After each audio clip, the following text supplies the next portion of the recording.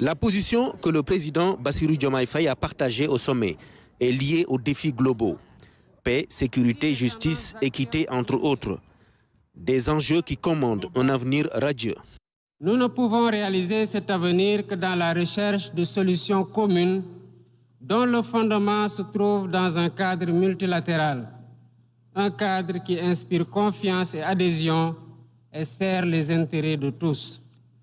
Autrement, il continuera à susciter la méfiance des uns et la défiance des autres et de perdre ainsi la crédibilité et la légitimité attachées à son autorité. Mais il y a des problématiques liées au multilatéralisme que le monde doit adresser. La gouvernance mondiale et la dette figurent en bonne place. Et face à cette situation, il est impératif de s'attaquer au cycle infernal de la dette, dont les taux anormalement élevés asphyxient de nombreux pays du Sud. Pour une meilleure soutenabilité de la dette, il faut réformer les conditions d'accès au crédit, surtout le crédit export, en assouplissant les règles sur les taux d'emprunt et la durée des délais de grâce et des périodes de remboursement.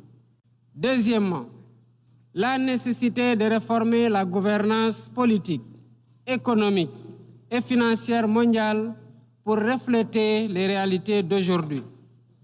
Même si des progrès ont été accomplis récemment, notamment avec la décision du G20 d'attribuer un siège permanent à l'Afrique et celle des États membres du FMI d'accorder un troisième siège à l'Afrique dans son conseil d'administration, il reste beaucoup à faire pour garantir une pleine inclusion des pays en développement dans ces instances.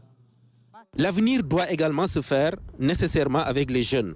Cela passe par une éducation de qualité qui leur offre de meilleures perspectives. Il est impératif de renforcer les actions en faveur de l'éducation, de la formation professionnelle et technique pour lutter contre l'ignorance et l'endoctrinement et doter les jeunes de métiers et de moyens d'épanouissement.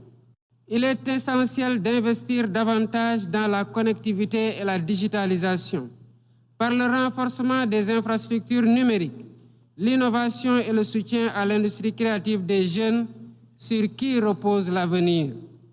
Nous devons offrir aux jeunes les moyens de se former, de réussir et de s'épanouir. Ils doivent être au cœur de nos actions et associés dans la gestion et les prises de décision en tant que vecteurs de paix et acteurs de développement. Ces observations faites, le président Bassirou Diomaye Faye a remercié le secrétaire général des Nations Unies pour ses efforts qui militent en faveur d'un monde de paix, un monde stable où règne le développement inclusif.